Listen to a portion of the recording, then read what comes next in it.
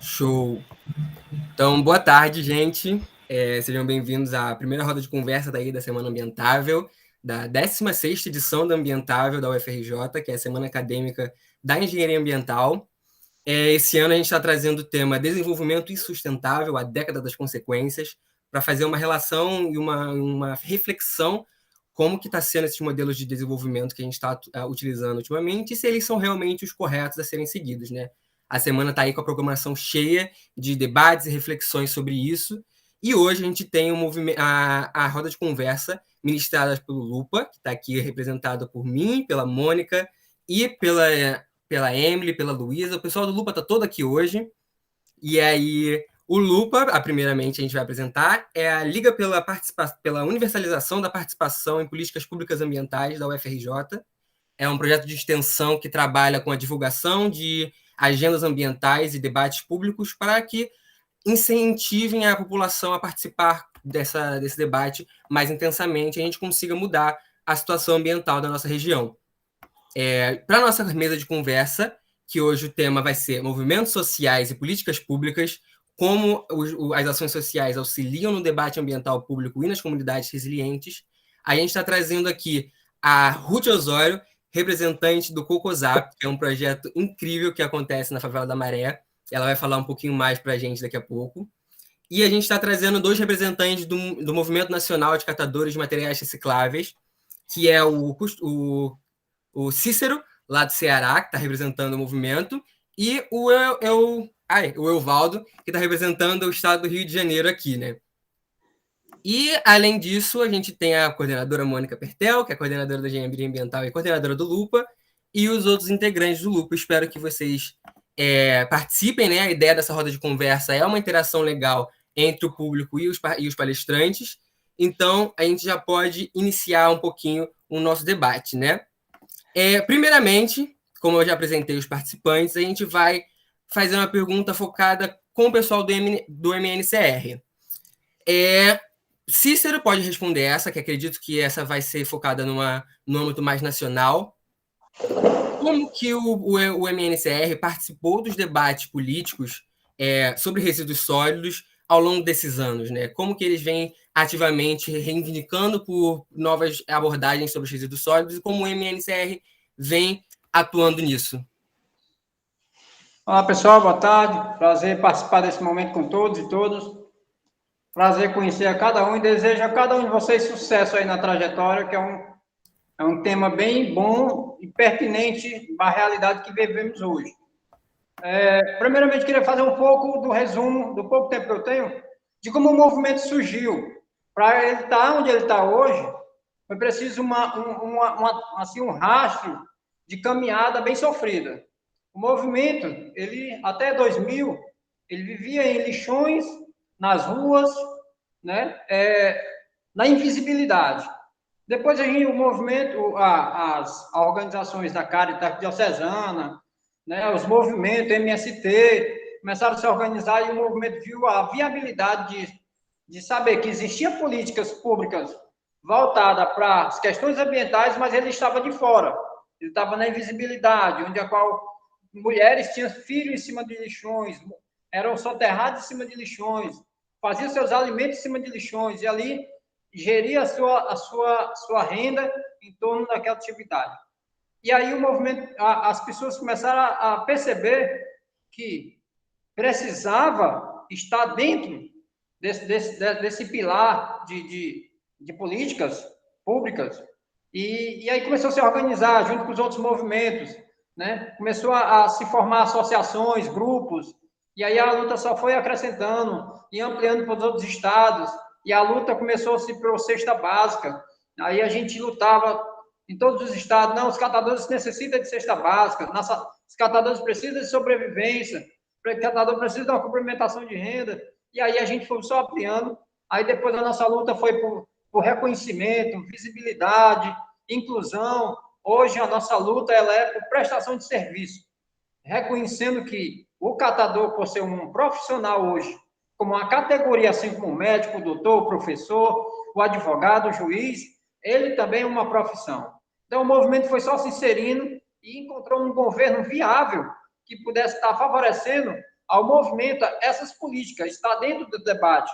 Aí onde foi criado o CONAMA, o Ministério do Meio Ambiente, com a inclusão dos catadores, né? Aí foram criado um ministério inteiro para discutir as questões de desmatamento, questões hídricas, as questões do descarte. Aí foi criada a logística reversa, né, com a inclusão desses grupos de catadores, né, nessas delegações, e aí a gente fomos só se inserindo nesses debates, né, nessas discussões, trazendo à tona aquele ser que estava lá na invisibilidade. Então, olha, a gente existe, são tantas famílias sem de lixões, existe leis para desmatamento, saneamento básico, e por que não ter política voltada para catadores? E aí foi onde foi criado também a PNRS, Política Nacional de Resíduos Sólidos, né?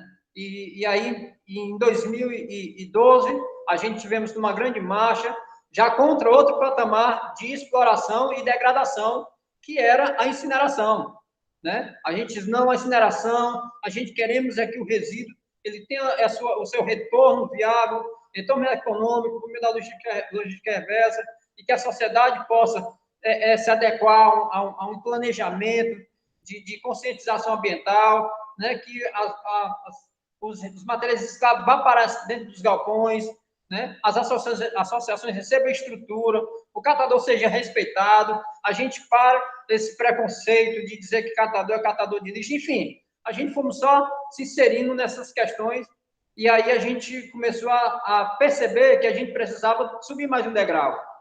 Aí foi onde foi criado a ANCAT, que é um escritório de projetos, onde a qual hoje centenas de galpões, cooperativas, associações têm seus veículos, têm seus galpões, têm suas prensas, têm seus equipamentos favorecidos dentro dessas temáticas, né, de recursos por parte da logística reversa, da coalizão, né, a ANCAT viabilizou esses projetos.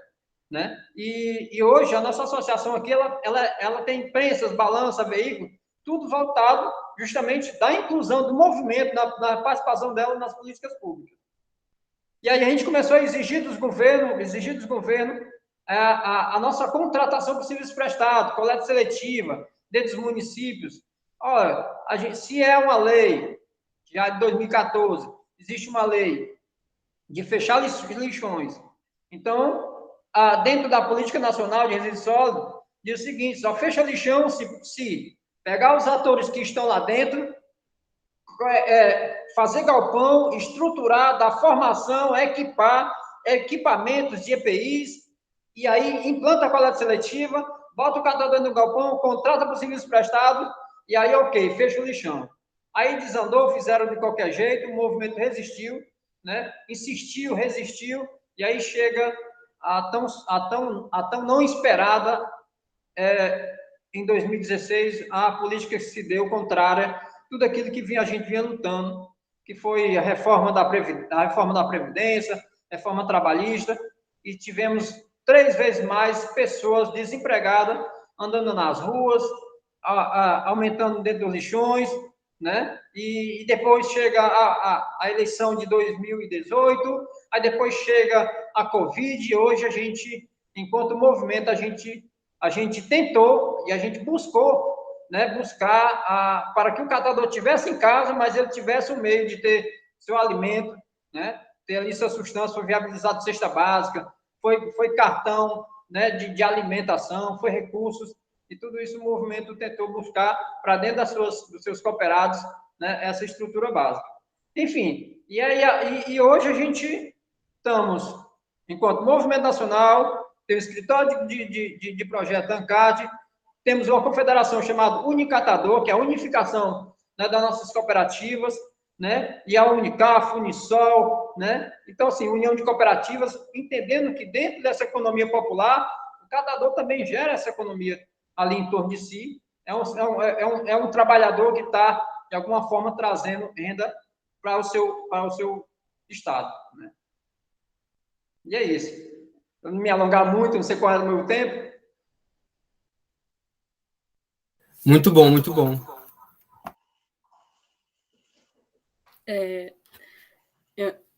Agora a gente queria entender melhor da Ruth, né, que está representando o Cocosap. Nesse mesmo sentido, o Cocosap vem trabalhando ativamente na resolução dos problemas públicos de saneamento. E a gente queria entender como que o projeto se articula com as políticas na região de atuação de vocês. A gente já entendeu, né, como eles agem lá, a gente queria entender agora de vocês. Beleza. Gente, se vocês escutarem uma miada aqui, tem uma gata que está com surto de carência e ela está miando o tempo todo e tentando morder aqui. Mas eu vou tentar. Então, acho que primeiro eu vou dar uma resumida assim, no que é o Cocosap, dessa história do Cocosap, né? O Cocosap é um projeto que faz parte de uma organização que atua dentro da Maré, o Data Lab, é uma organização de jornalismo de dados, que atua não só na Maré, né? Nossa sede fica na Maré, mas atua no Brasil inteiro, falando de periferias e dados, né? E o Cocosap, ele nasce lá em 2018, numa necessidade da gente falar sobre saneamento da Maré a partir de um diagnóstico mais preciso sobre a nossa situação, né? Desse entendimento mais real de qual é a realidade do saneamento da Maré. Porque a gente entende que a gente tem dados públicos, né? A gente tem dados do IBGE, a gente tem dados do DataRio, mas muitas vezes esses dados eles não são muito representativos da nossa realidade. Seja por uma falta de dados, né? Porque a Maré são 16 comunidades, muito diferentes da outra, e muitas vezes a gente não tem dados dessas 16 comunidades, dos setores censitários, ou seja, por um dado que é errado mesmo, né? Por estar desatualizado, por não acompanhar a dinâmica da favela. Então, o Cocosap ele nasce nesse sentido, assim, da gente acompanhar essa pauta do saneamento a partir desses dados reais, né? E a gente conseguir ter esses dados reais a partir dos próprios moradores, né? A partir da percepção do saneamento dos próprios moradores. Porque nesse processo, né, a gente consegue não só obter esses dados e criar novas narrativas sobre o saneamento da Maré, como também mobilizar e fazer com que os moradores participem mais da pauta do saneamento da Maré, né? Que a gente consiga criar um espaço de pessoas mobilizadas sobre saneamento. Porque, assim, o saneamento e a falta de saneamento é uma coisa muito natural, né? Nos territórios periféricos, favelados. Aí, acho que me apresentando, passei um pouco desse ponto, né? Mas eu sou moradora da Maré também, né? E para mim sempre foi muito natural não ter alguns serviços de saneamento. Tipo, a rua chover, quando chove, alagar muito, e não é um alagamento comum como no resto da cidade, que a gente vê que é água de chuva. É um alagamento com esgoto, né? As galerias de água pluvial ficam completamente lotadas de esgoto e de lixo. Então, quando chove, alaga tudo. Quando chove pouco, assim, né? É uma cena muito comum na Maré e é uma cena que fica completamente naturalizada, né? Então, nesses 3 anos de Cocosap, a gente conseguiu levantar muitos dados de saneamento, assim, né? A partir desse relato dos moradores. Nesse ano, a gente está com um projeto que se chama Os Embaixadores do Cocosap, que são 4 jovens mobilizadores, assim, articuladores em diferentes comunidades da Maré, que eles fazem esse levantamento ativo de dados. Então, eles percorrem todas as ruas da comunidade, verificando problemas de saneamento, assim, desde o alagamento até tipo vazamento de esgoto, bueiro quebrado, bueiro entupido, conversar com os moradores para ver onde tem falta d'água, intermitência, essas coisas, né? E como eles são moradores também, eles têm muito essa passabilidade, essa noção dos lugares que têm mais problemas, dos lugares que não têm problemas. Então, a gente conseguiu sistematizar esse ano e levantar muito mais dados a partir desse projeto. A gente vai divulgar aí mês que vem, um spoiler, um relatório bem focado nisso, na sistematização desses dados e também na proposição de políticas.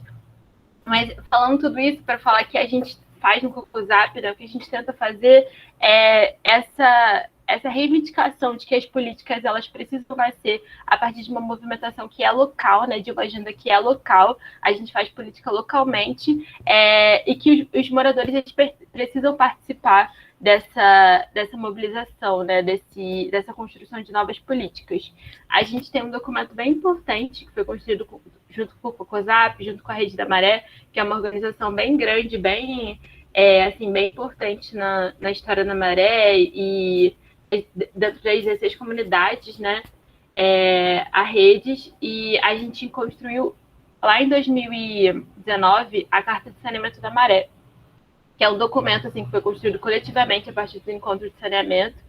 Encontrar esse espaço que a gente consegue mostrar os dados, que a gente consegue pautar novas políticas, que a gente consegue pautar o que está acontecendo, né? Por exemplo, esse ano a gente teve já o 4º encontro de saneamento discutindo os centros de reciclagem, que foi uma nova política implementada esse ano, né? Então, a gente discutindo como que isso poderia ser aplicado na Maré e o que estava acontecendo nessa movimentação política. Mas lá em 2019 a gente começou a elaborar a Carta de Saneamento, que foi publicada no ano passado, e essa carta a gente consegue ter um apanhado geral do que os moradores estão demandando de saneamento na Maré, né? E a partir dessa carta a gente consegue articular, né? Seja com o Conlub, seja com o CEDAI, ou agora Águas do Rio, né? Seja com o Ministério Público, que é uma relação que a gente está construindo também, a gente consegue articular que essas demandas sejam realizadas ou pelo menos conversadas sobre.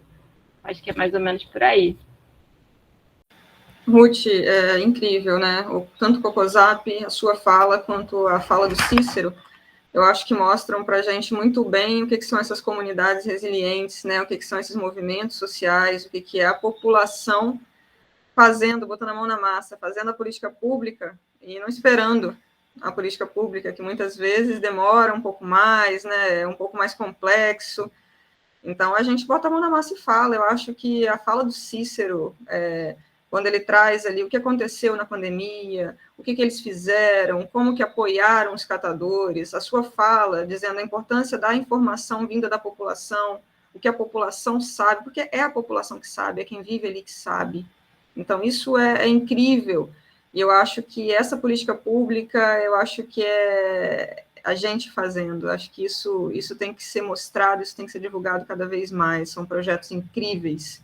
Então, estar com vocês aqui hoje, eu acho que é uma discussão maravilhosa para a gente. Aí, nesse sentido, vamos colocar o Evaldo na nossa conversa. Evaldo, depois dessa fala aí incrível do Cícero, né, que pega o seu gancho, né, aí com relação aos movimentos dos catadores, o Cícero falou para a gente como que está aí nível mundial, nível nacional, como que vem sendo feito. Conta para a gente um pouquinho aqui do Rio, o que tem sido feito. Primeiro eu quero entrar com essa fala, né, quem sabe mais, luta mais e melhor, né. Isso facilitou muito a nossa vida aqui. Eu sempre militei dentro da Ecosol, que é a economia solidária, e dentro do Movimento Nacional dos Catadores. Eu sou catador também desde 2020, devido a uma crise que teve no Brasil todo, ficamos desempregados, e aí, família para tratar, aquela coisa para cuidar, eu fui catar papelão. Né? E quando eu comecei a catar papelão, eu vi que o pessoal jogava dinheiro fora. E eu comecei a fazer uma grande quantidade de material, e o governo municipal não gostou muito, me chamou para uma cooperativa. Eu, dentro dessa cooperativa, eu descobri que não era uma cooperativa, era uma Coopergato. Então, a gente só entrava com a força de trabalho, mas não tinha decisões e nada. E eu sempre participava da Ecosol, algumas viagens, Belo Horizonte, São Paulo, Vitória, lá porque dava alguns cursos de capacitações para a gente, e lá você não podia ficar viajando, né? Então, ou você sai, você fala, mas eu perguntei, mas eu não sou catador? Tá? O que está escrito ali? Cooperativa de catadores, Associação de Catadores. Então, acho que tem que dizer para onde vai, para onde não vai, somos nós, somos catadores. Bom, me dispensaram, né? Porque eu estava criando alguns conflitos internos. Depois eles implantaram em 2010 a coleta seletiva em Volta Redonda. A primeira coisa que eles fizeram, me ligar. Porque quando eu estava dentro da cooperativa, estava eu mais 30 pessoas. Quando eu saiu as 30. Né? E aí nós começamos a trabalhar de novo. Trabalhamos mais um ano e 50% de tudo que a gente ganhava, a gente repassava para o proprietário lá do galpão, lá onde a gente ficava. E aí eu trabalhei um ano, se eu não trabalhasse durante um ano fazendo isso, a cooperativa Folha Verde não surgia. Aí depois nós afastamos, aí o governo chama a gente de novo para a mesma cooperativa que era do governo, e lá começamos a travar uma batalha, e lá dentro eu criei a Folha Verde. Eu mais uma companheira aqui, criei uma Folha Verde, e o governo foi obrigado a alugar um galpão para a gente e para a gente trabalhar. Bom, nós participamos de vários encontros, né? Inclusive, já tivemos um encontro lá em Brasília, que foi um encontro só dos catadores do técnico, nós discutimos muitas coisas lá. E tudo que eu aprendi dentro da economia solidária, dentro do movimento dos catadores, ele tem que implantar em Volta Redonda. Bom, em 2017, nós conseguimos assinar um contrato de prestação de serviço com a Prefeitura de Volta Redonda. Mudou o governo que entrou foi mais sensível, conseguimos fazer um contrato, o contrato está em vigor até hoje. Depois nós conseguimos implantar a lei municipal, passar na Câmara de Vereadores. Se mudasse o governo, não poderia tomar o contrato das cooperativas. Você sabe que a indústria do lixo é muito grande, os empresários que fazem a coleta de lixo, eles são muito fortes, né? E aí conseguimos passar essa lei lá na Câmara de Vereadores, e agora estão partindo para uma nova briga, estão querendo implantar aqui em Volta Redonda a questão da incineração do resíduo. Cara, ele só polui. Vai gerar energia, cara. Vai gerar energia, mas e a poluição? Volta já é uma cidade poluída. Nós temos no coração de Volta Redonda uma fábrica de cimento. Nós temos uma siderúrgica enorme jogando pó para tudo quanto é lado. Agora vamos implantar uma incineração. E aí começa a briga. A vantagem aqui é que a gente está ligado à Defensoria Pública da União, do Estado, às igrejas católicas. Inclusive, hoje teve um café junto à igreja aqui em Volta Redonda. Várias cooperativas foram chamadas para participar, para estar discutindo. E a nossa luta ela não acaba, porque a gente já nasce lutando, né, para sobreviver, depois a gente precisa lutar para o trabalho, entendeu? Então a gente tem toda uma dificuldade enorme. Ainda tem uma vantagem aqui que a gente não paga, temos um galpão enorme, a gente não paga aluguel, nem luz, nem água, e nós recebemos por isso. Entendeu? A pandemia, nós paramos no dia 24 de março de 2020 e retornamos no dia 10 de junho, nós renovamos o contrato dia 10 de junho de 2021. Esse tempo todo, a gente já tinha feito uma caixinha, né, que geralmente no final do ano a gente pega o valor e distribui, 30% fica na cooperativa, o restante a gente vai ver se a gente compra um equipamento ou se distribui. Esse ano seria distribuído, porque em 2020 nós compramos um caminhão, em fevereiro, acabamos de pagar o caminhão, entrou a pandemia, ficamos parados. Mas aqui ninguém passou necessidade. Eu andando pela rua de bicicleta, eu vi que está ficando muito vidro na rua. A gente tinha um caminhão, nós começamos a coletar o vidro, porque o nosso contrato, o objeto do contrato é a coleta seletiva porta a porta, mas nem nada impedido a gente fazer a coleta coletiva de vidro, por exemplo, né? Deixando ele 7 dias no campo para poder descontaminar e depois a gente fazer. E várias empresas, como o Arte Martins, Petrobras, várias empresas aqui da região mandou muito material para a cooperativa, então a gente conseguiu sobreviver. A ANCAD também mandou cesta básica, mandou também um recurso para distribuir para os cooperados e tal, e a gente conseguiu sobreviver até agora, né? Agora nós voltamos de novo, mas, só que nós estamos hoje, o fio da pandemia, são várias pessoas, né, que, eu falo que são águias, né, que estavam trabalhando de uma forma, e aí ficou desempregado, o marido ficou desempregado, o esposo ficou, hoje estão catando papelão também na rua, catando material reciclado, entendeu, para sobreviver. Assim, e eu volto ao meu tempo que eu catava na rua, e eu acho assim que essas pessoas são louváveis, porque nós temos muitas pessoas que têm vergonha de catar o papelão na rua, catar o papel na rua, entendeu? E a Folha Verde, ela trabalha com o outro norte, por exemplo, tem muito material, por exemplo, nós temos contrato com várias empresas em Volta Redonda, e aí nós colocamos para as empresas o seguinte: aquela latinha, a gente faz palestra, a latinha, a PET, tem valor agregado, você dá para aquele catador que é dono de casa, passa na sua casa. E o isopor, o eletroeletrônico que ninguém quer, óleo de cozinha, essas coisas, vocês mandam para a Folha Verde, que a Folha Verde dá a destinação correta para isso.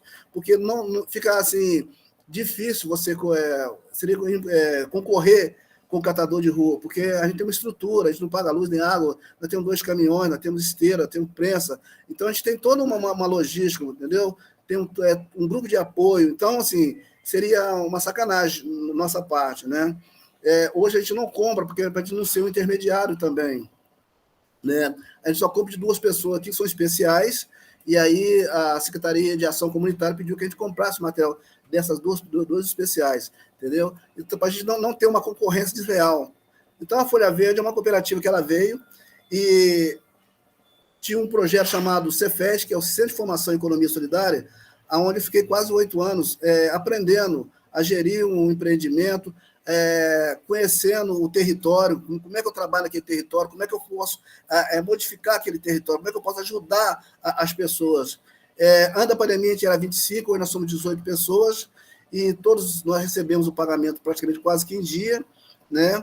E a gente, assim, hoje Volta Redonda é um exemplo de contrato, porque do estado do Rio, em 2017, foi o primeiro município a contratar os catadores para fazer a coleta porta a porta.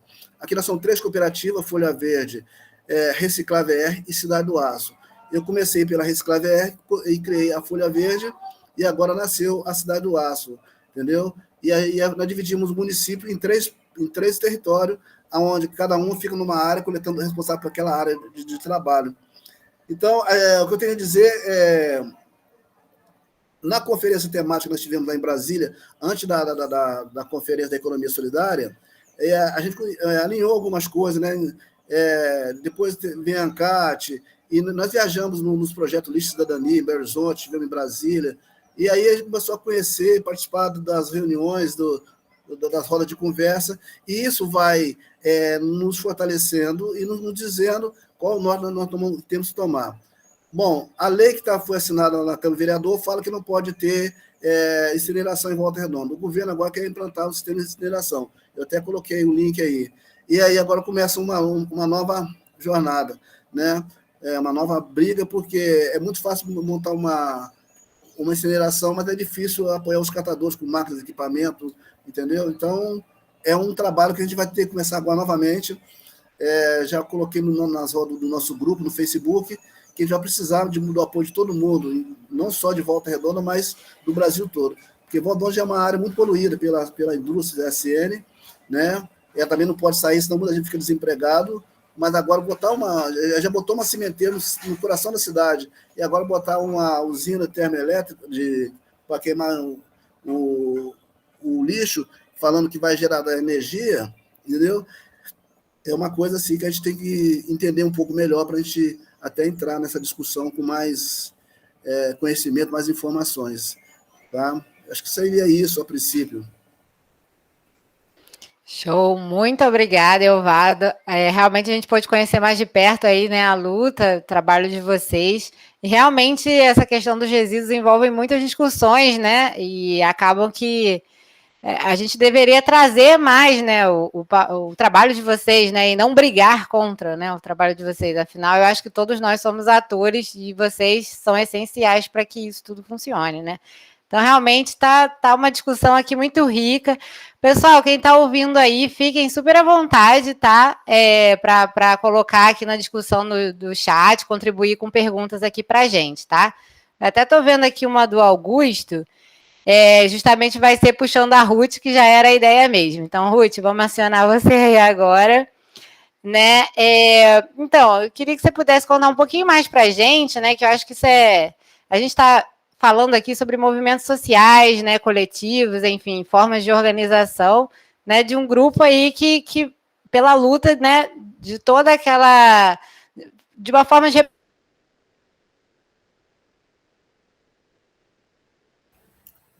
Opa, vamos aguardar que ela caiu rapidinho.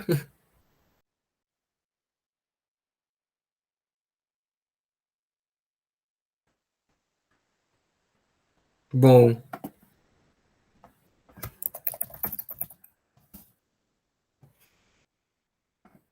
eu vou puxar então aqui a questão que a Luísa ia fazer, que ela caiu, não sei se caiu só para mim, acho que caiu para todo mundo, certo?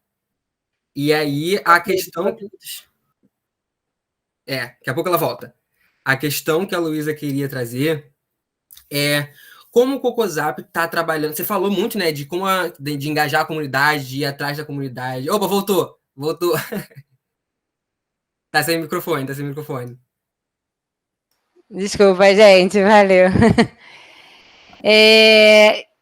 Obrigada, João. Então, a pergunta, né, era mais agora para a Ruth, né? Então, era essa ideia justamente de como que você acredita que o projeto de vocês, né, vem trazendo essa questão justamente do empoderamento, né? Porque, afinal, o projeto está provocando essas discussões, está provocando debate.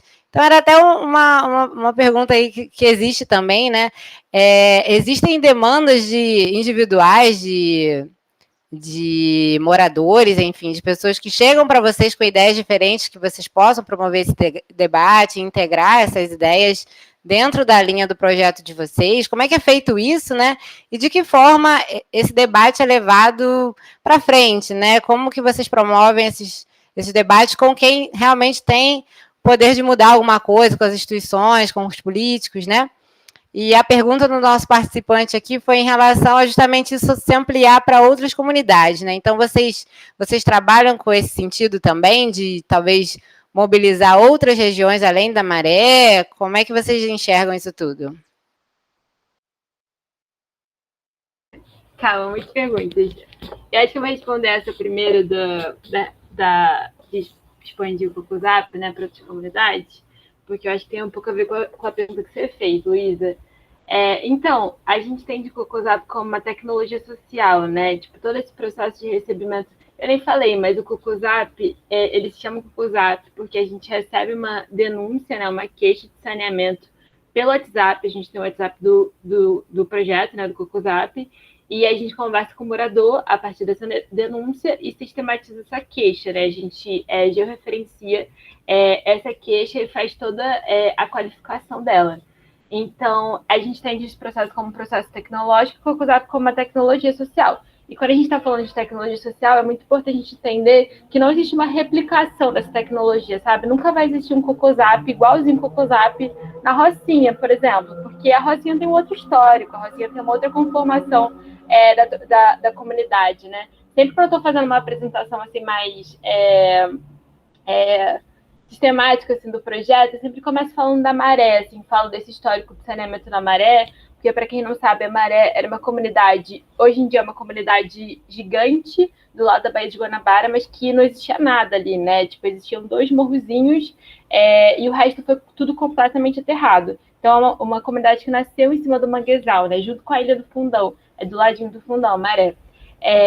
Então, tipo, é uma comunidade que sempre teve essa pauta do saneamento muito forte, porque a ausência de saneamento sempre foi o alvo, assim, né? Tipo, quando os moradores foram lá, instalaram as palafitas, e depois esse aterramento feito de maneira autônoma, a falta de saneamento sempre foi uma coisa que todo mundo tinha que lidar muito de cara, né? E até hoje, assim, né? Então, tipo, todo esse histórico da Maré constrói muito o que é o CocoZap, constrói muito o que são os projetos, seja de saneamento, seja de meio ambiente, seja de qualquer coisa na Maré, tipo, perpassa esse caminho histórico e de uma consciência que é quase uma herança, assim, para quem é morador, né? Então, acho que a pergunta é sim, mas entendendo que, tipo, a gente precisa cada um construir o seu próprio CocoZap, assim, né? A gente foi certificado agora como uma tecnologia social do Banco do Brasil esse ano, alguns meses atrás, e a gente está concorrendo até o prêmio dentro de uma categoria, né? Vai sair amanhã o resultado, a gente está nos finalistas. Então, tipo, eu acho que todo esse processo da certificação e da sistematização, assim, muito incrível. Mas esse processo da sistematização do projeto, tá lá no site do Banco do Brasil, exatamente o que precisa para fazer, o que precisa mobilizar de recursos, como que é essa metodologia do CocoZap, é um processo que vai ajudar muita gente nos próximos tempos aí articular com outras comunidades, com lugares periféricos, para a gente fazer outros CocoZaps, assim, né? Então a gente estava até articulando com uma galera de Imbarie, que é em Duque de Caxias, esse ano, para fazer o CocoZap lá. A gente estava planejando uma formaçãozinha e tal, mas é uma coisa que não rolou muito, mas com certeza vai rolar no que vem. E aí, sobre a pergunta da Luísa, né? Tipo, como que a gente articula isso da demanda do morador, como que a gente inclui isso no projeto até levar para esses órgãos, né? Tipo, que eu falei, Ministério Público, SEDAI. Eu acho que, assim, como o CocoZap é um projeto que ele é feito por moradores, né? Assim, a equipe do CocoZap é toda moradora da Maré, a gente tem os embaixadores, que são só moradores da Maré, a gente tem os embaixadores voluntários também, que são um grupo aí de 16 pessoas que são moradores da Maré também. É muito natural para a gente identificar essas demandas e conversar com parente, conversar com amigo, sobre o que está rolando aí nessa pauta de saneamento, sabe? Então, todo esse projeto do reconhecimento da demanda é uma coisa muito natural e muito pouco metodológica, eu acho, sabe? A gente não precisa reconhecer e fazer uma metodologia para isso, assim. Então, por exemplo, quando a gente recebe uma queixa pelo WhatsApp, né? É um processo muito comum a gente conversar sobre essa queixa, né? É claro que, assim, quando o morador manda queixa, a gente tem que entender que o CocoZap não vai resolver aquele problema, sabe? Estruturalmente, assim. Tipo, a gente não vai até uma rua que está tendo vazamento de esgoto e consertar, porque não tem nem como, sabe? Mas a gente consegue, por exemplo, falar com a associação de moradores, ou de repente a SEDAI, agora Águas do Rio, é muito difícil o contato, assim, a gente não tem muito contato com a cidade, é uma organização mais fechada, assim, mas a Conlurb, por exemplo, a gente tem uma gerência da Conlurb na Maré, e a gente conversa com ele direto, sabe, tem o zap dele, ele tipo, é claro que tem vários problemas relacionados a resíduos sólidos na Maré, tem vários problemas, desde a catação, que não é organizada, até, tipo, lixo acumulado na rua, isso é uma queixa que a gente recebe muito, tem lixão, a própria área de transbordo, assim, não é uma área de transbordo regularizada, mas é, tipo, como se fosse uma área de transbordo, porque ela guarda o lixo das 16 comunidades, completamente, assim, fora padrão da engenharia, assim, mas existe, tá lá. Mas, assim, a gente tem um contato muito grande com essa galera da Conlurb, né? E aí, então, é muito comum a gente receber essa queixa e tal, passar para a galera da Conlurb, ver o que a gente pode fazer e a partir desse contato ir criando novas coisas, né? Por exemplo, esse ano a gente está fazendo um projeto agora com uma escola da Maré, só tem 2 escolas de ensino médio na Maré, e é uma dessas escolas, é uma escola que tem um processo assim, de construção muito, muito doido, foi construído para ser uma FATEC, e aí na época Cabral e todo aquele escândalo deixou, a escola foi largada e começou a ser ocupada, virou tipo um gadi, botavam galinha e boi, e cabra, uma escola assim gigante, e aí teve um processo de reocupação dessa escola e institucionalização dela, né? Hoje em dia ela é uma escola estadual que tem o diretor, uma escola, que tem o diretor que é um cara assim super figura e dinossauro que tá na Maré desde que era tudo palafita, um cara incrível, super com uma metodologia super feriana,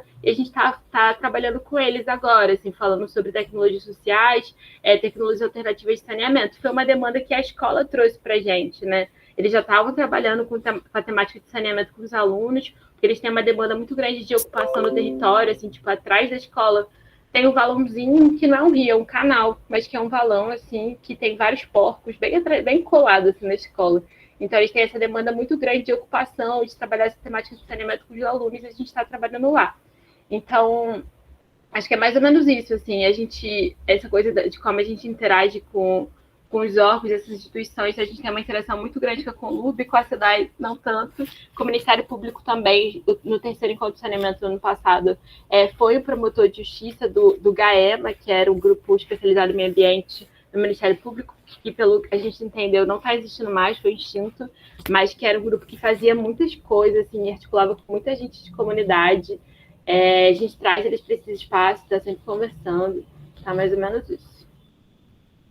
Nossa, muito, muito incrível saber de tudo isso, Ruth. Obrigada. E ainda para você, tem a Maria Alice aqui que está participando, faz uma pergunta também. Como foi a recepção dos moradores da Maré com as ações do Cocosap? E existem mais ações de educação ambiental em outros projetos do complexo, como o Ecomaré, ela cita? Sim, eu acho que tem primeiro um estranhamento do Cocosap, porque é isso, assim, tipo, como eu estava falando, existe uma naturalização dos problemas de saneamento. E a gente tem que tanto lidar com essa naturalização, quanto da frustração de que a gente não vai resolver os problemas de maneira estrutural. Então, tipo, às vezes é um pouco complicado, sabe? Mas as pessoas, no geral, curtem bastante, principalmente jovens. E aí como a gente tem essa coisa de falar com muitos moradores, estar sempre o tempo todo na rua e tal, tem uma identidade visual muito forte também, já é muito estabelecida dentro da Maré, a recepção é boa, assim, a galera participa dos encontros, as pessoas conversam com a gente pelo WhatsApp, e tem um reconhecimento grande, assim, né, tipo, de morador para morador, essas coisas. E sobre esses mais projetos de educação ambiental, cara, sim, a Maré, tipo, a gente fica zoando que a Maré é o umbigo do mundo, porque acontece o tempo todo muita coisa, assim, tipo, toda hora tem um projeto novo e tal. Agora, foi no final de outubro, a gente fez o encontro na Mata, que é um espaço verde na Maré, um dos únicos espaços verdes na Maré, para falar sobre a conferência, né, de mudanças climáticas, a COP. E aí, para tipo, a gente pensar como que a Maré está dentro disso, assim, dessa discussão de mudanças climáticas, como que a gente está se movimentando. E aí o encontro foi voltado para justamente projetos que já trabalham com a temática ambiental na Maré. Então tem o Ecomaré, tem uma galera que é mais individual, mas que está o tempo todo trabalhando nessa pauta, assim, presente nos encontros. Tem o Muda Maré também, tem a galera do Museu da Maré, e tem muita gente, assim. E aí a gente fez esse encontro e tal, e aí agora a partir desse encontro a gente criou um coletivo que a gente não sabe direito o nome, mas provavelmente vai ser Raízes da Mata, que vai ser só para trabalhar na mata e transformar a mata num espaço mais, assim, tipo, um espaço melhor para a galera, porque, assim, é o único espaço verde da Maré, mas está completamente abandonado, assim, pelo poder público, e acaba tendo muito lixo e sendo um lugar meio perigoso. Então a gente está nesse processo aí de mais um coletivo ambiental na Maré. Cara, muito bom ouvir essa perspectiva, né, de como esse trabalho está evoluindo. A Maré vai ficar 100% daqui a pouco com o trabalho de vocês. Tá um engajamento muito forte e é muito bom saber que o pessoal está participando, né? A comunidade está participando ativamente disso. E é muito bom também. E uma questão que eu vou fazer para vocês depois, mas agora eu vou focar um pouquinho no Cícero e no Evaldo, que é como que os governos estão chamando vocês. Esse diálogo com vocês do MNCR, tanto a nível nacional quanto a nível estadual, ele ocorre de uma forma pacífica? Ou vocês que têm que estar indo correr atrás disso, eles têm a noção do trabalho de vocês aí? E a mesma pergunta eu faço após eles terminarem, eu faço para a Ruth, né? As políticas públicas, elas estão procurando o Cocosap para saber mais informações sobre como atuar na Maré, ou são vocês mesmos que estão correndo atrás 100% disso? Acho que o Evaldo e o Cícero podem comentar um pouquinho melhor aí dessa atuação por parte do MNCR.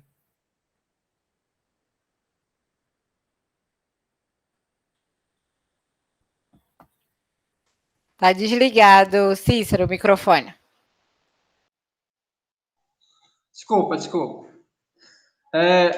Gente, aqui no estado do Ceará, a gente temos que correr atrás. Eu acredito que todos os estados não são diferentes um do outro, né? Só com a diferença, tem alguns estados que é mais sensível à causa e aí faz algumas políticas, né, para beneficiar os catadores. Inclusive aqui no Ceará tem o auxílio catador. O auxílio catador surgiu do movimento nacional em 2014, quando a primeira vez se falou em Minas Gerais implantar a bolsa catador lá. Só que não foi para frente. E a gente começamos a alimentar isso em 2016.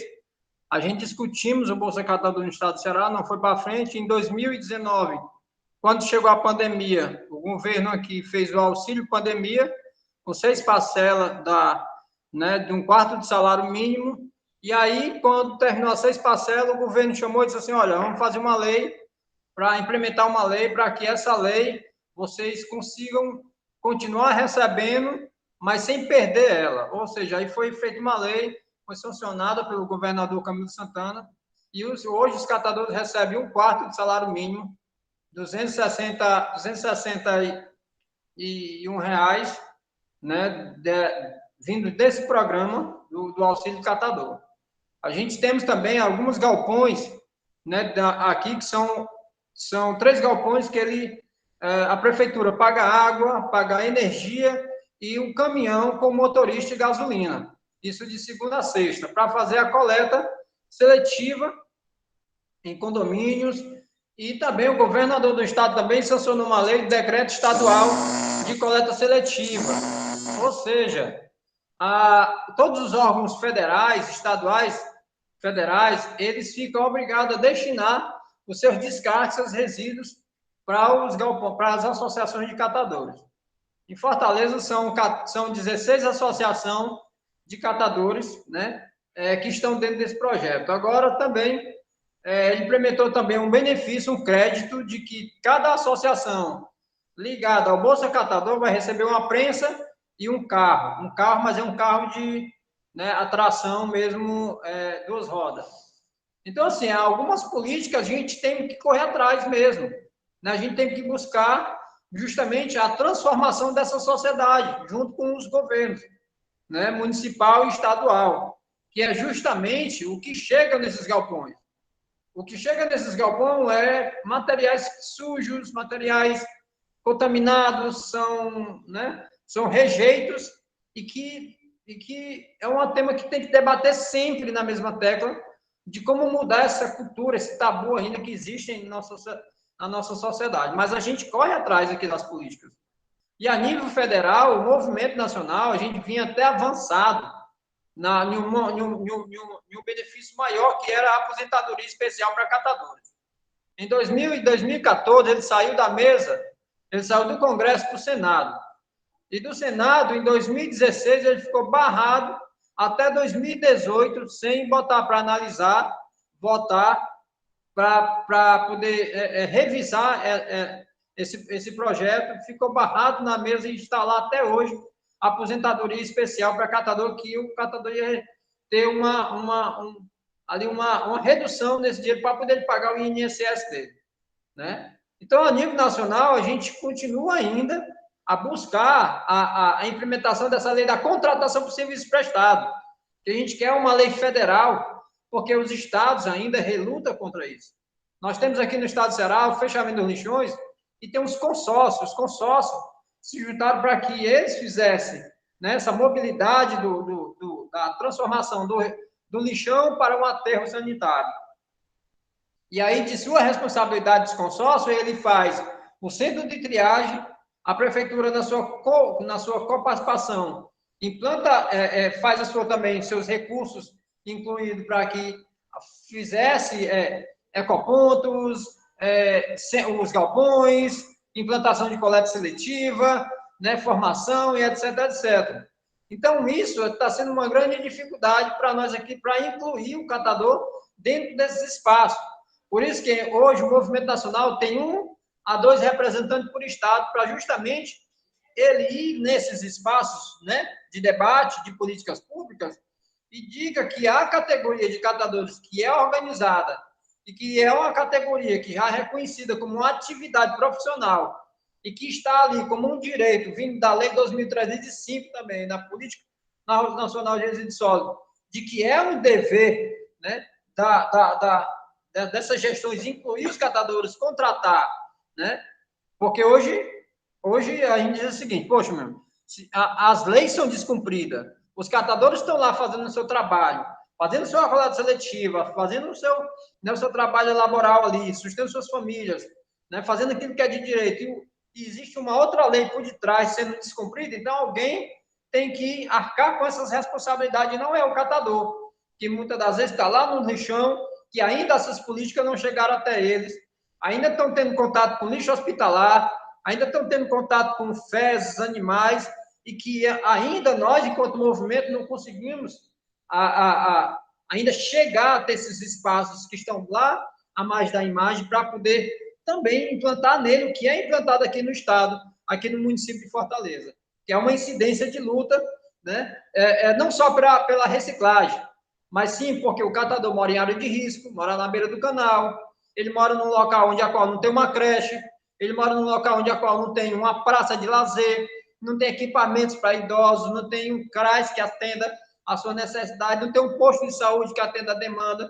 Então, o catador, ele mora nessas áreas que também, hoje, o representante do movimento, ele faz suas formações anual com o movimento nacional de conjuntura política, para que nós aprendamos a não só disputar os espaços de incidência de política pública por sobrevivência da reciclagem. A gente também luta também o lado social, pela moradia, pela alimentação, pela educação, né? A gente luta também por esses lados que é tão precarizado dentro das políticas públicas. A gente não encontra ainda, igual como o empresário encontra, o apoio, que é a brecha da burocracia. A gente, muitas das vezes, tem que bater todo dia, bate, e muitas das vezes a porta não abre, e quando abre, com certeza, não é do jeito que a gente espera. Então, a nossa luta hoje, enquanto movimento nacional, é isso, sobreviver e resistir para avançar, esperando um governo que possa abraçar de volta essa causa e a gente retorne para buscar os benefícios, não só para a nossa categoria, mas para o meio ambiente e para toda a sociedade em si. Porque quando o catador coleta aquele material, ele está trazendo benefício ambiental, mas também social. Ele está, de alguma forma, educando alguém, né, que vê um catador na rua, vê um catador na carroça, e ele se sensibiliza. Ainda há muito o que fazer. Mas a gente acredita que, se houver políticas viáveis, sensíveis, assim como nós hoje estamos buscando no estado do Ceará, eu acredito que no Rio de Janeiro também, converso muito com o Custódio, e aí o companheiro também está nessa luta. Dizendo, aqui no Rio de Janeiro está complicado, quero implantar incineração. Gente, a nossa luta ela tem que intensificar nisso, porque se incinera, vai ter a necessidade de degradar mais, desmatar mais, extrair mais petróleo, extrair mais minério, e já basta as duas tragédias ambientais que nós tivemos em Minas Gerais, que até hoje as famílias não foram assistidas, as famílias que foram lá soterradas não tiveram seus direitos, justamente por uma mineradora que soterrou tudo, acabou dizimou tudo que as pessoas anos construíram ali, já basta. Então, quanto mais incinera, mais sim a necessidade de explorar, mais o empresário lucra, que na pandemia surgiu mais bilionário do que qualquer uma outra época, né? Porque numa calamidade pública, como é que pode gente ficar mais pobre e o rico ficar mais rico? Então, a nossa luta é intensificar justamente isso, né? Para que nossa categoria ela seja reconhecida, valorizada, contratação por serviços prestados, prefeitura fazendo seu papel de coleta seletiva com a inclusão de catadores, os estados viabilizando meio de políticas também mais estruturadas para a nossa categoria, porque são famílias, né? Hoje a gente já supera mais de 1 milhão, né, de catadores organizados, né, aqui no Ceará. Então é isso, gente. Com certeza, Cícero. Realmente essa luta não pode parar, né? A gente tem muito que avançar ainda, né? E estamos juntos nessa aí, dando o que a academia aqui, a universidade puder contribuir e ajudar vocês a fortalecer todo esse movimento. Gente, e agora a gente queria chamar aí uma pessoa super especial, engenheiro civil Orlando, que veio representar a gente aqui, Orlando Sodré, se puder aparecer aí, abrir sua câmera. Orlando, gente, ele é membro lá da coordenação. Ah, agora que eu vi. Não, tá aberto, eu tô aqui, eu só tô ouvindo, então tava com o fone desligado. Maravilha, seja bem-vindo, Orlando. Gente, ele é da Coordenação de Estudos, Pesquisas e Treinamento da Defesa Civil do município do Rio, e é um prazer enorme ter aqui conosco nesse super debate aqui de movimentos sociais. No caso, o Orlando veio trazendo uma visão um pouco diferente, né? Ele é da prefeitura, trabalha na Defesa Civil, também com pessoas, agindo em prol das pessoas, do cidadão. E aí a Emily tem uma pergunta direta para você, Orlando.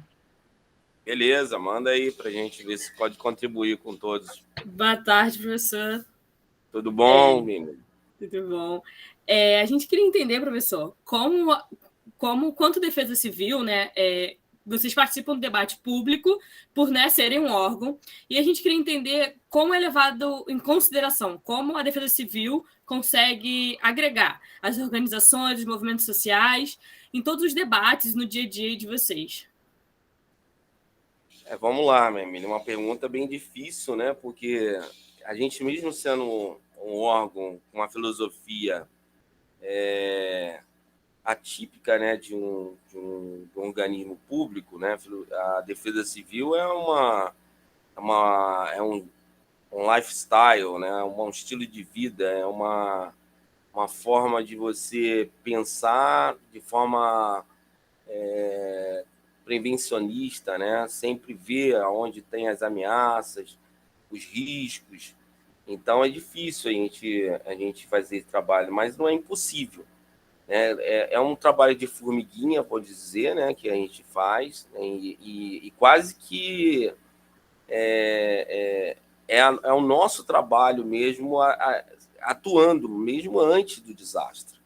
Se a gente não tiver as lideranças comunitárias, as associações, ONGs, né, organizações não governamentais, entendendo o propósito da Defesa Civil, independente dela estar no Estado ou estar inserida na sociedade, aí fica difícil. Porque aí os resultados que a gente tem é o que a gente tem visto, né? Os desastres acontecem e o resultado é o pior, que é a morte. Então, agora, quando a gente começa a entender, e as defesas civis, elas se preconizam em sociedades que não é o Estado que vai conduzir ou capitanear essa questão de defesa civil como é aqui no Brasil. Então, eu não me sinto tão orgulhoso de, efetivamente, como defesa civil, como filosofia de defesa civil, estar no governo, né? Seja lá municipal, estadual ou federal. Queria estar no meio da sociedade. Mas para a gente chegar nisso, a gente vai muito além, né? Sobre os problemas sociais, econômicos, socioeconômicos, como, por exemplo, a educação. Se ainda as pessoas não conseguem entender sobre a educação ambiental, poxa, eu fico até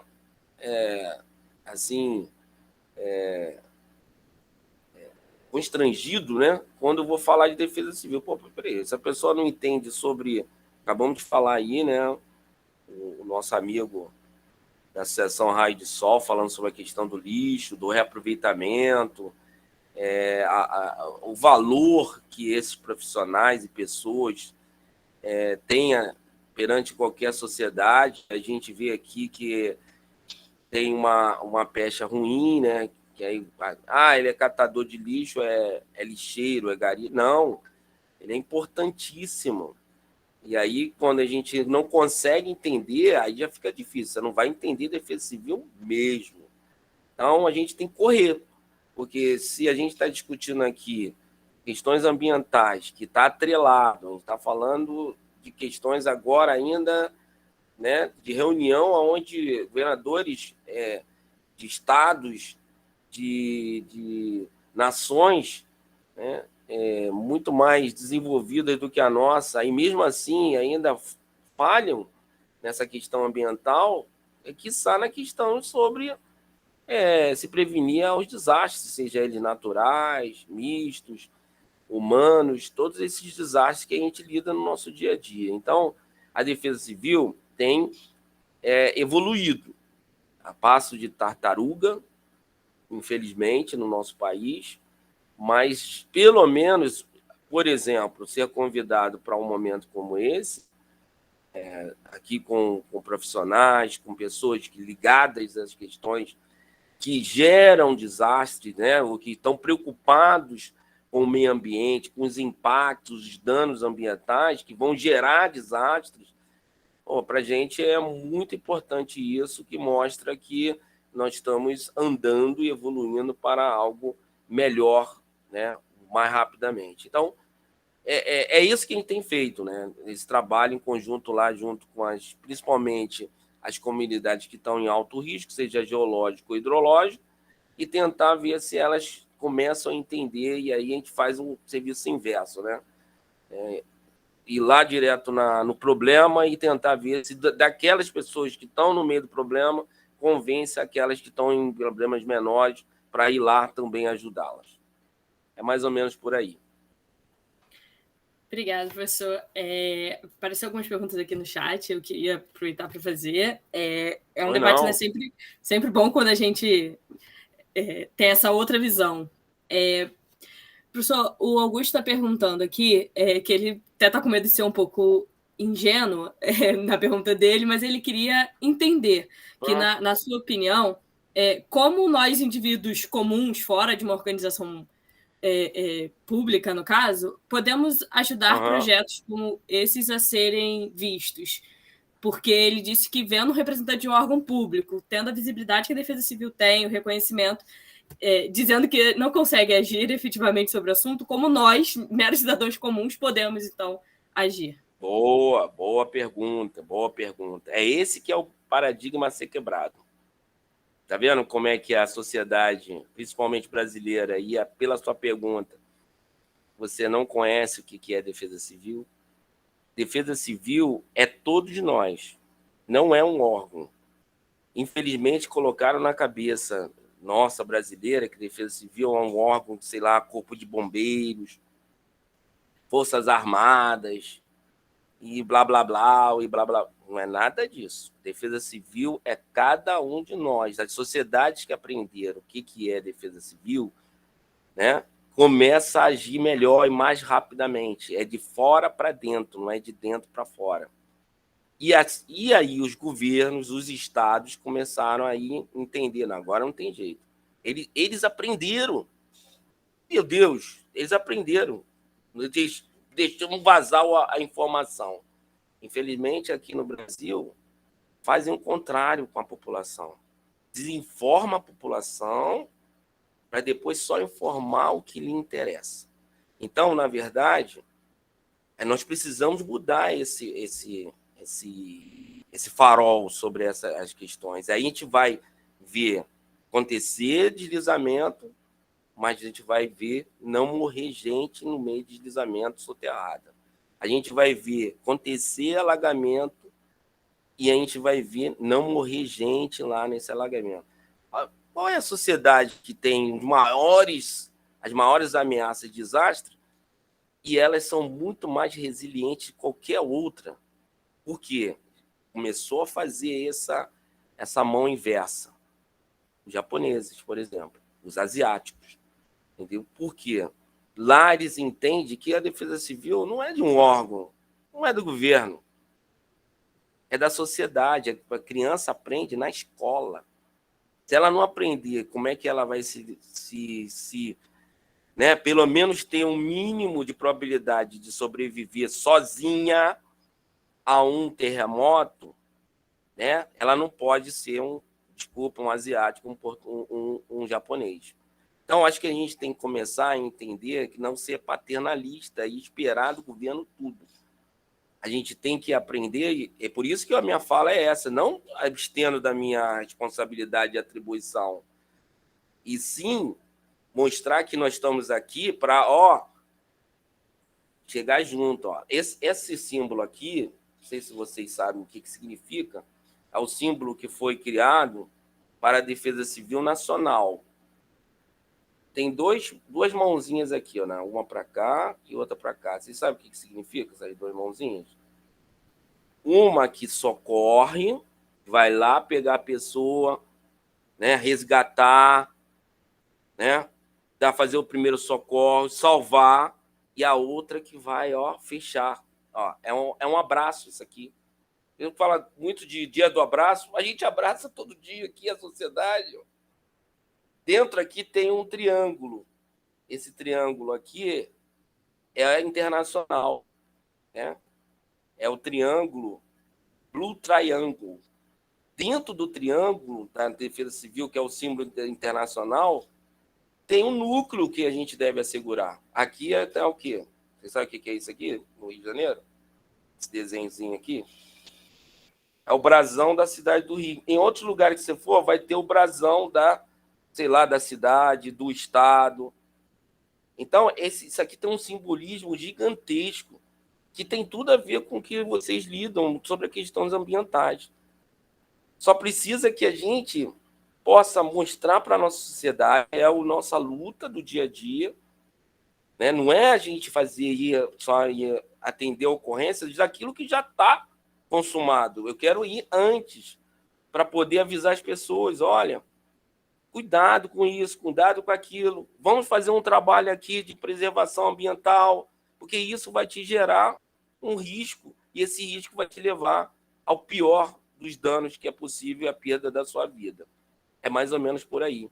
Me desculpe, o colega ter talvez a pergunta, e aí eu não podia, me deu o gancho, eu tenho que falar no sentido assim, mude o seu pensamento sobre o que é Defesa Civil, que não é um órgão público, é uma filosofia de vida, onde, infelizmente, no nosso país, está num órgão público.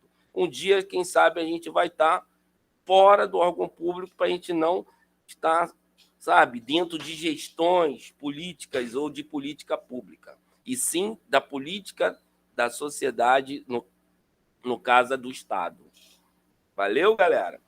Valeu demais, cara. Muito bom esse esclarecimento, né? A gente trazer essa perspectiva, porque às vezes a gente fica muito preso nessa situação de ser um órgão público e acaba que não tem a liberdade, a maleidade, a movimentação, né? Essa troca com a real viés da defesa, né? Perfeito. Isso aí são armadilhas que põem na cabeça da gente, na sociedade, ou de governos de 4 em 4 anos. Temos que tomar cuidado com isso. Sim, sim. Eu vou só dando uma pausa aqui, eu vou agradecer muito a sua participação, Cícero. Muito obrigado mesmo pela sua fala, sei que deu sua hora aí. Muito obrigado mesmo, foram falas muito esclarecedoras e muito motivadoras para a gente que está trabalhando na área ambiental, está aí no trabalho, né, da cooperativa. e é muito bom mesmo ouvir a sua perspectiva. Posso pedir para me despedir para você, gente? É porque eu já preciso ir, tá certo? Eu desejo para vocês um bom trabalho e obrigado pelo convite. O caminho é esse, tá? O caminho é esse, diminuir as individualidades. Concordo plenamente que a defesa civil é cada um fazendo o seu papel. Concordo com a fala do companheiro. É eu, cidadão, fazendo valer o meu direito também, não só nas questões ambientais, mas onde eu moro, ajudando a construir a melhor sociedade, o melhor vizinho. Eu acho que é isso. O que é institucional é uma coisa.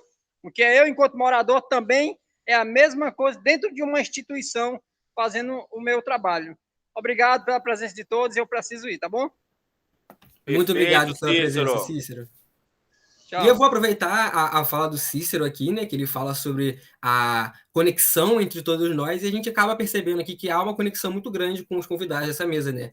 Por exemplo, os catadores, eles trabalham com a questão dos resíduos sólidos e que são muito trabalhados também na questão da RUT, com a questão de enchentes que ocorrem lá na maré, com a questão de algum desses acidentes, e ao mesmo tempo a Defesa Civil tem essa relação junto, né? De auxiliar na prevenção, de auxiliar no resgate nessas questões de acidentes e desastres ambientais.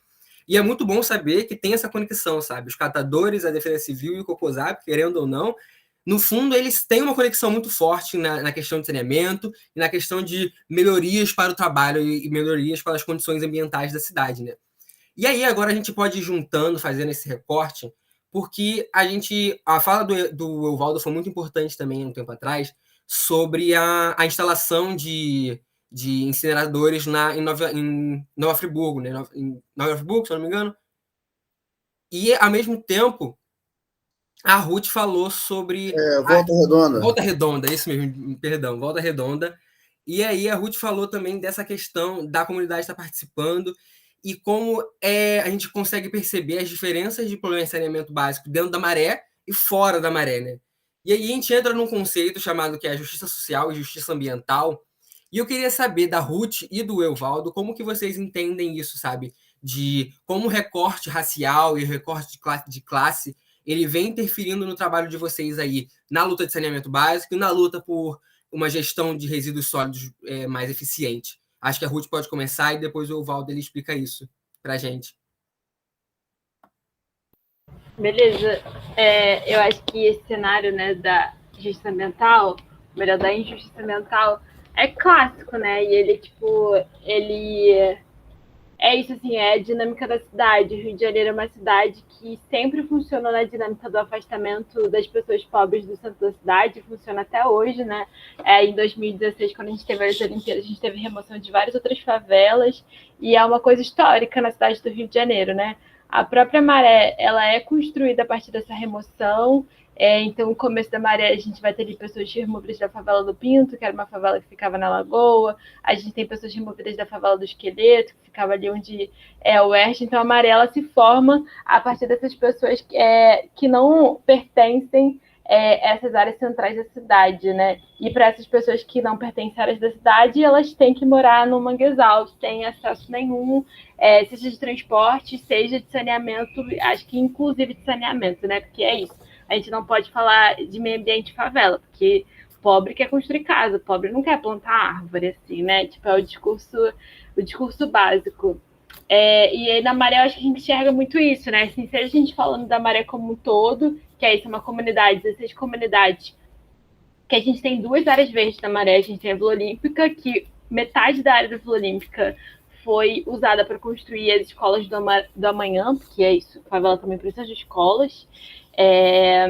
E então a gente perdeu metade dessa área verde que a gente tinha, e tem o Parque Ecológico, que é esse que a gente conhece como mata, que é também um espaçozinho verde que é totalmente abandonado pelo poder público, assim, tem um calçamento muito ruim, não tem cuidado nenhum, tem até mortinha lá, mas que é um cara que mal recebe nada para cuidar da horta, e ele faz tudo porque ele gosta de fazer mesmo. Então, assim, eu acho que esse caráter ambiental que a gente tem, um caráter ambiental que eu tô falando, assim, mais coisificado de meio ambiente, sabe? O meio ambiente como árvore, o meio ambiente como espaço verde, é uma coisa que é completamente negada para esses territórios, né? E aí eu acho que isso é um grande aspecto quando a gente fala de justiça ambiental. E aí, falando de saneamento, eu acho que, olhando para a Maré como um todo, como eu estava falando, assim, é isso, assim, é a ausência de saneamento. Cada comunidade tem um acesso muito diferente também, né? Então, tipo, quanto mais pobre for a comunidade, pior o acesso. Assim, é uma coisa que a gente consegue perceber muito claramente. A gente tem a Praia de Ramos, que é a comunidade que fica ali no Piscinão de Ramos, conhecido aqui pelos suburbanos cariocas, que é uma comunidade, assim, que tem um estigma, uma caracterização diferente do que a favela no Rio de Janeiro. Tem casas maiores e tal, e lá o saneamento é muito melhor, assim, tem até os dados do IPES, do Instituto Pereira Passos, que ele tem os dados de cada comunidade da Maré, assim, tem uma seção do IPES que é sobre necessidades humanas básicas, e isso inclui saneamento. Então, enquanto Praia de Ramos está com a nota 80 no IPS, nessa parte de necessidades humanas básicas, a gente tem a Nova Maré, por exemplo, com nota 50, nota 40. Então, tipo assim, o acesso é muito diferente de acordo com o que é cada comunidade, né? A Nova Holanda, que é uma comunidade também que tem muitas dificuldades com saneamento, dificuldade com violência, a gente consegue perceber que a Nova Holanda tem mais negros. Aí tem até um caso muito interessante, assim, na verdade triste.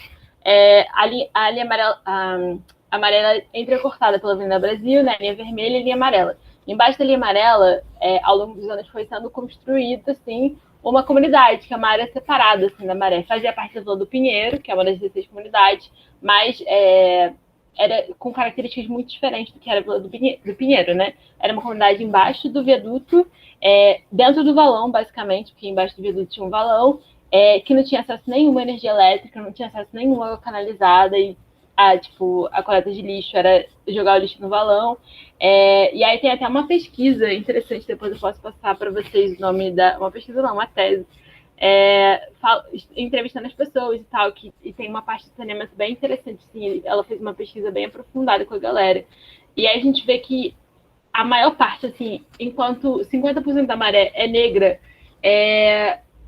na McLaren era tipo assim, 80%. Então a gente consegue ver como até dentro da comunidade a gente tem isso, assim, né? Tipo, que é essa lógica do racismo ambiental. Deixa eu falar isso para não falar muito também, deixar a pessoa falar. Não, foi ótimo você trazer essa abordagem do racismo ambiental, né? Porque é exatamente a questão que eu ia falar com o Evaldo agora, da instalação desses incineradores em zonas mais afastadas dos centros da cidade, né? E aí, Evaldo, como que você percebe no MNCR essa situação, né? Porque eu, antes de conversar com você, eu conversei com a Claudete, né? Que é a líder do MNCR aqui no Rio de Janeiro, e ela falou que grande parte dos catadores associados são pessoas negras, né? E você acha que isso tem uma relação com ouvir o MNCR de alguma forma, sabe? Esse racismo estrutural que está dentro da sociedade, ele interfere no MNCR na questão das políticas públicas, de participação em políticas públicas? Então, eu, quando comecei a catar papelão na rua, eu chamava de mendigo, né? Conheci até um caso onde eu passei numa residência, pedi um copo d'água, a mulher me deu uma garrafa, um copo, e aí eu tomei a água que precisava, devolvi ela, falou, não, pode levar a garrafa, pode levar. Eu passei catando material, entreguei para ela, né? E quando eu voltei, a garrafa e o copo estavam naquele local, né? Em 2000, eu comecei a catar papelão na rua. Só que eu tive virado mendigo, que está catando papelão para beber cachaça, que a coisa me estava feia, entendeu? Então, eu catava papelão de 6 horas da manhã até 2 horas da tarde, e depois eu ia para cá, tomava um banho, fazia o dever de casa e ia para o colégio. Terminei o fundamental, tinha 4º ano fundamental, terminei o fundamental, fiz o ensino médio, fiz curso de informática, secretariado, RH, fiz vários cursos na FAITEC. E depois, quando apareceu as oportunidades, o pessoal, tá vendo aí? Lixo dá dinheiro, o cara virou empresário do lixo, né? Então, naquele começo, houve assim, uma questão muito grande em relação a mim, né? Fui até lá em Águas do Rei falar com meu irmão, que eu tinha virado mendigo, eu estava passando fome, aquela coisa toda. Mas ninguém sabia que eu estudava, que eu não falei com ninguém, né? Aí eu terminei o fundamental, fiz o ensino médio, fiz vários cursos na FAITEC. E hoje, assim, para ser sincero, existe o racismo, mas assim, as pessoas que conversam com a Folha Verde, conversam comigo, eles sentem orgulho de estar, né? Hoje o pessoal fala que a nossa cooperativa é uma cooperativa rica. Não, a gente não é uma cooperativa rica. A gente simplesmente aprendeu a gerir melhor o recurso financeiro da cooperativa. E por isso nós conseguimos assim, várias coisas, comprar vários equipamentos, E, assim, hoje a gente tem contrato com várias empresas, universidade, entendeu? Indústria. E o problema maior que nós temos hoje, que, por exemplo, o mercado, por exemplo, individual, o papelão para as cooperativas, o plástico, hoje ele vende, fala, uma caixinha para esse funcionário. Não é uma caixinha para o funcionário.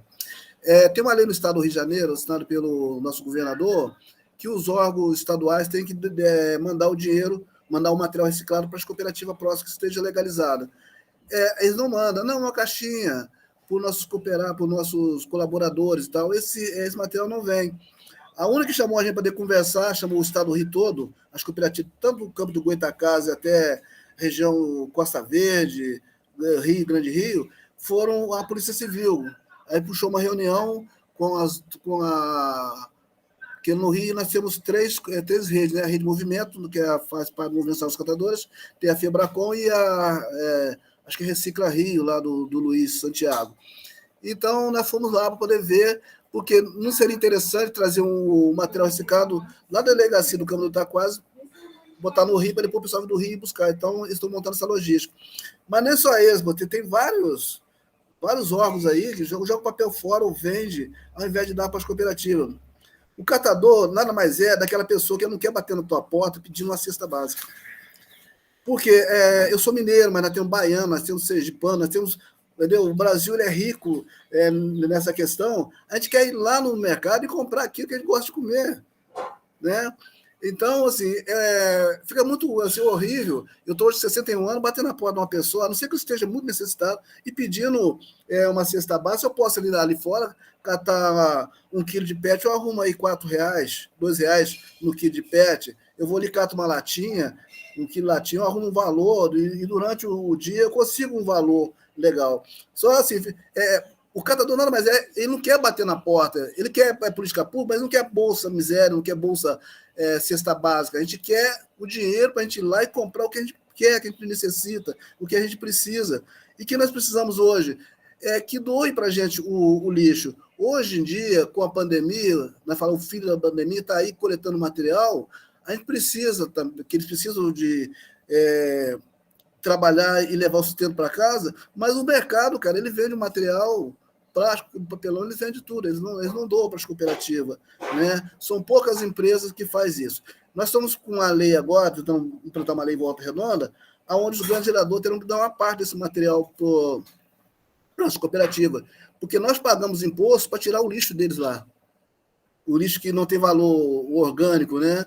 Mas o material que é para ser doado para a cooperativa, eles não mandam, né? A gente tira, não, o município aluga um caminhão, né? Tipo a Colube no Rio de Janeiro, para poder recolher esse material lá, mas o papelão eles vendem. Por que eles não dão esse material para as cooperativas que estão legalizadas, entendeu? Então, a gente tem hoje uma grande dificuldade hoje de trabalhar isso, né? É uma luta também que a gente está discutindo isso a nível nacional. Por exemplo, a siderúrgica, por exemplo, a sucata não pode doar, porque é a matéria-prima dela.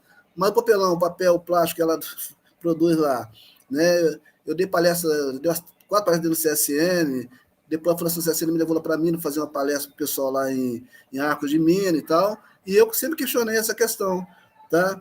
Então, a gente tem que nos unir mais, discutir isso e colocar isso bem claro para a sociedade, né? Antigamente, a gente tinha uma empresa contratada que pegava o material reciclado e levava para a gente. E aí, qualquer coisa ia lixo, ninguém não estava nem preocupado com isso. O negócio deles é encher o caminhão, pesar e ter o valor. Hoje, o material chega dentro da cooperativa, chega um material melhor, porque nós somos responsáveis pela coleta, nós fazemos de porta a porta, nós conversamos com moradores, e a gente hoje tem um material melhor dentro da cooperativa. Então, o que a gente precisa é isso, a gente precisa somente de materiais. E aí a gente pode ajudar a sociedade, a gente pode ajudar, a gente já ajuda o meio ambiente. Eu, quando fui trabalhar com material reciclado, foi uma necessidade, né, financeira. Então, eu não tinha muito conhecimento. Para mim, era ir lá, pegar o material e vender e ganhar dinheiro. Depois, envolvendo com dentro dos projetos, aquela coisa, eu vi que é um tripé, entendeu? Eu cuido da questão ambiental, eu cuido da questão social e a questão econômica, né? Então, a gente está um tripé hoje. Mas no momento que comecei a não, eu só preocupava em ir lá e catar o material que tinha um valor agregado, entendeu? Hoje não, por exemplo, isopor não pesa, que ele traz, a folha verde recolhe o isopor e manda para a indústria. É uma forma de contribuir com o meio ambiente para evitar que esse material vai para o lixão. Pilha, bateria, lâmpada, a gente recolhe. Nós não vendemos esse material, nós doamos para uma entidade filantrópica aqui no município. Então, a gente faz um trabalho também social, né, tanto dentro da cooperativa como fora da cooperativa, que você não adianta você somente fortalecer o teu grupo, mas em volta de você, o pessoal está passando necessidade. E aí? Então, você está pensando só em você. Não, vou lá e vou ganhar, vou pegar o material lá da empresa X, Y e tal, e o meu pessoal que está em volta? Como é que a gente faz?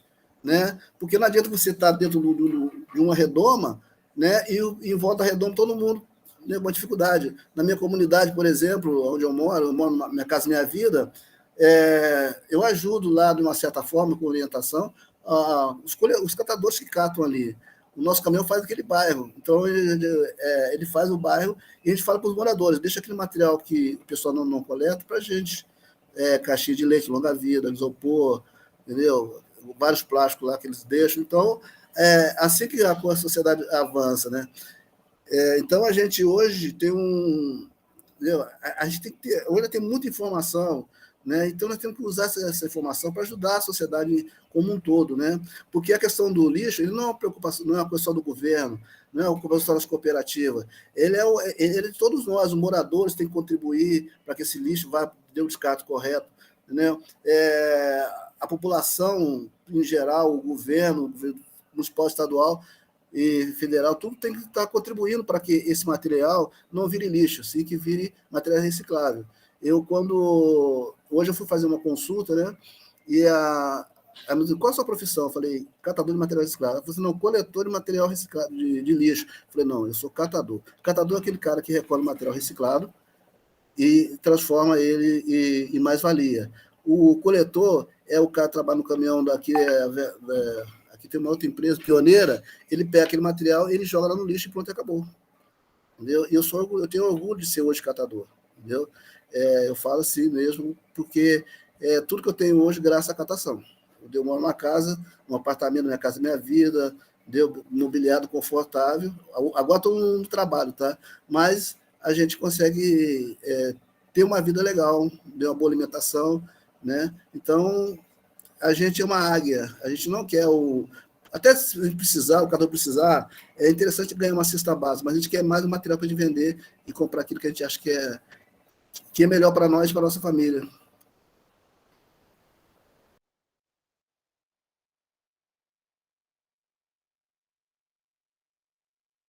O microfone está desligado, Emily. Agora foi. A minha tela travou toda, tipo... Enfim. Mas... não vou conseguir. Peraí.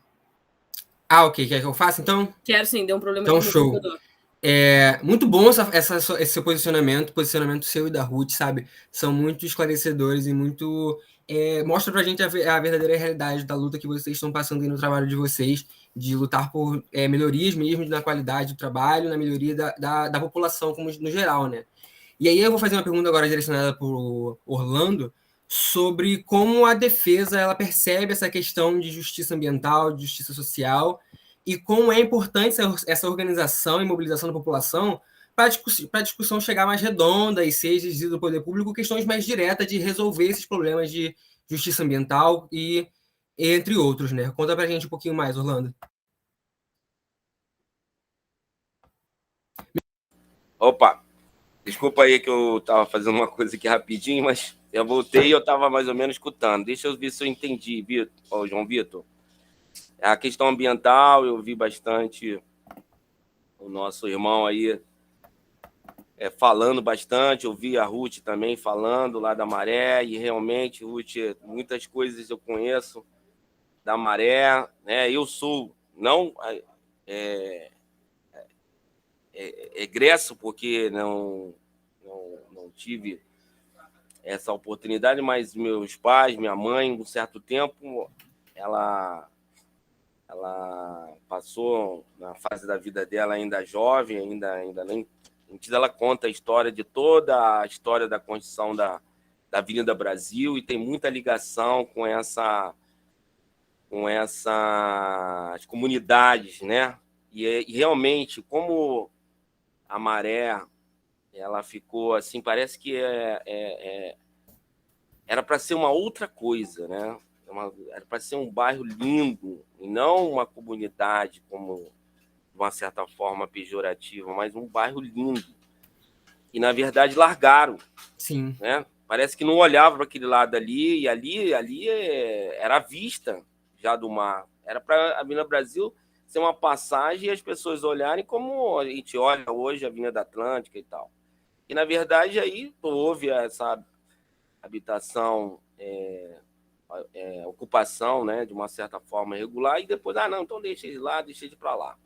E, na verdade, a sua fala foi muito bem colocada, eu concordo plenamente. E tem essa questão racial, né? E quase todas as comunidades a gente vai perpassar por essa questão. E aí é mais uma das preocupações. Por isso que a Defesa Civil, eu não tive a oportunidade aqui de falar, mas eu já trabalhava na iniciativa privada, vinha ao órgão público por concurso e não entendia por que eu fui colocado aqui na Defesa Civil, né? Um homem negro, um homem uma fé religiosa muito voltada a essa questão também, do humano, e aí depois eu entendi rapidamente, e aí assim a gente está aqui nessa luta, né? E entendendo essas questões que foram perguntadas, mas como um agente público, um funcionário público, que às vezes é isso que as pessoas têm que entender.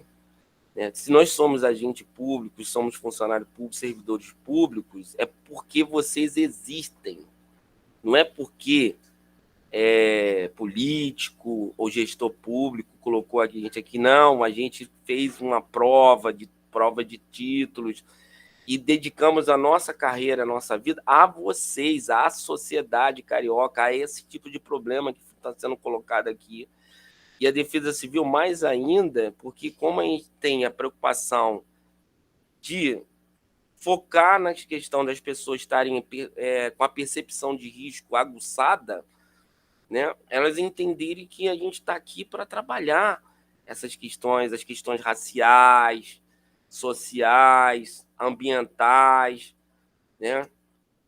As injustiças que nosso povo tem vivido e vivenciado séculos, mas que agora a gente está tentando acordar, graças a Deus, gerações como a de vocês, João Vitor, Ruth, estou vendo Augusto também, que fez a pergunta, eu já tenho alguns cabelinhos, né?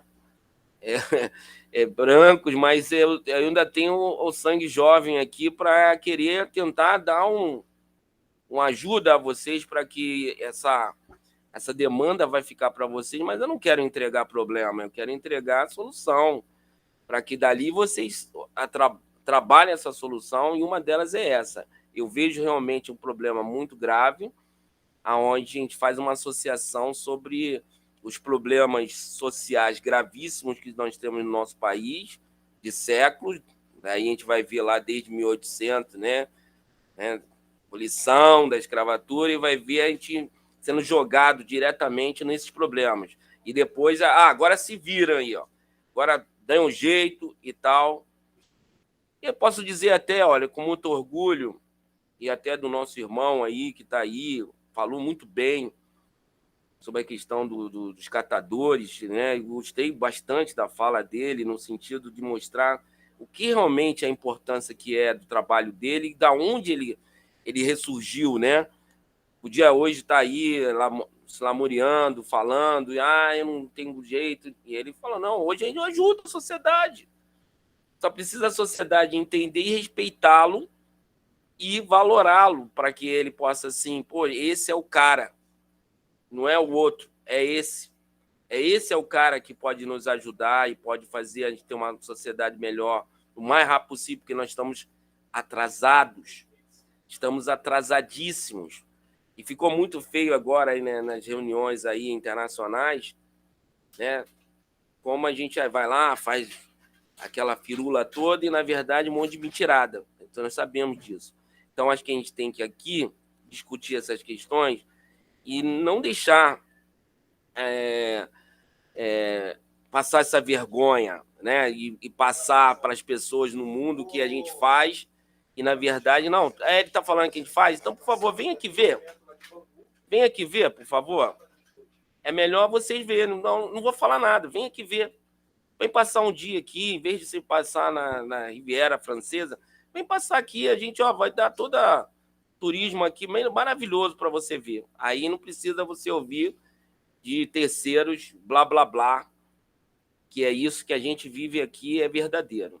Então, na verdade, eu acho que perpassa sim, é um problema que tem correlação. Mas a gente tem que ir para a gente entender e melhorar. Eu sempre penso assim, para a gente melhorar o futuro, a gente tem que olhar o passado. E a gente ir lá no passado, mas ir mesmo, não é ir nas historinhas aí que está no livro, não. A gente fazer Antigamente tinha uma série chamada Túnel do Tempo.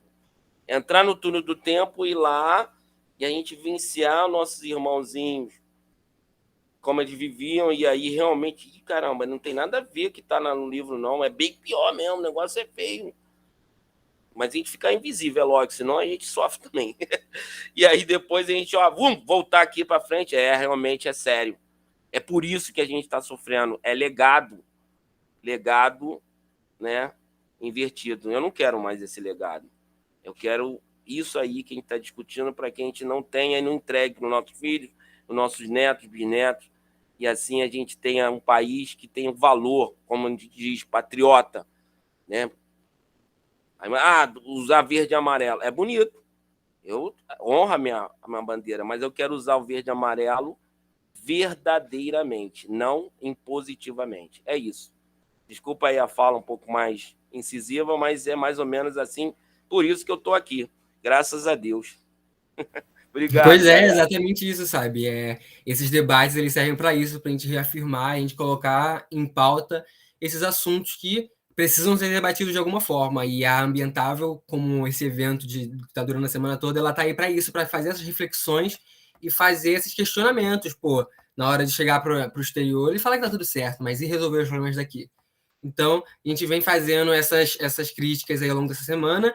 E muito obrigado mesmo pela sua palavra, pela sua fala aí, né? A gente vai ter só mais uma pergunta aqui no chat que a Maria Alice está mandando aqui, que ela é direcionada para o Evaldo. Evaldo, você mencionou sobre essa ligação com as universidades. Quais projetos que vocês fazem ou planejam implementar na Folha Verde em conjunto com a academia?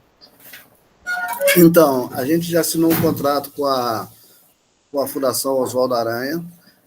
Todo o material reciclado que eles produzirem lá vem para a cooperativa.